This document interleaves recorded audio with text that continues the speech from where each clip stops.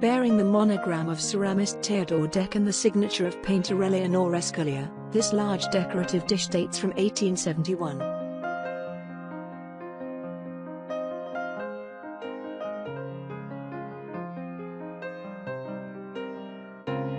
It is numbered 10. The Far Eastern-inspired decoration was designed by an artist called Eléonore Escallier. She was one of the first women to work with the Manufacture de Sèvres, a painter and ceramist specializing in naturalistic scenes. Escallier was regarded by Théophile Gautier as an artist full of sincerity and naturalness. She exhibited regularly at the Salon, where women were in the minority. The collaboration between Deck and Escallier began in the 1860s.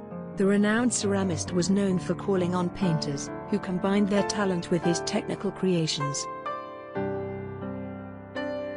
Eléonore Escallier's summer decor features birds pecking at cherries on a branch.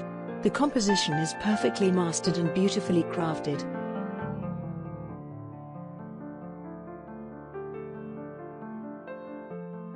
Two other dishes from the collaboration between these two artists are in the Musée des Arts Décoratifs in Paris.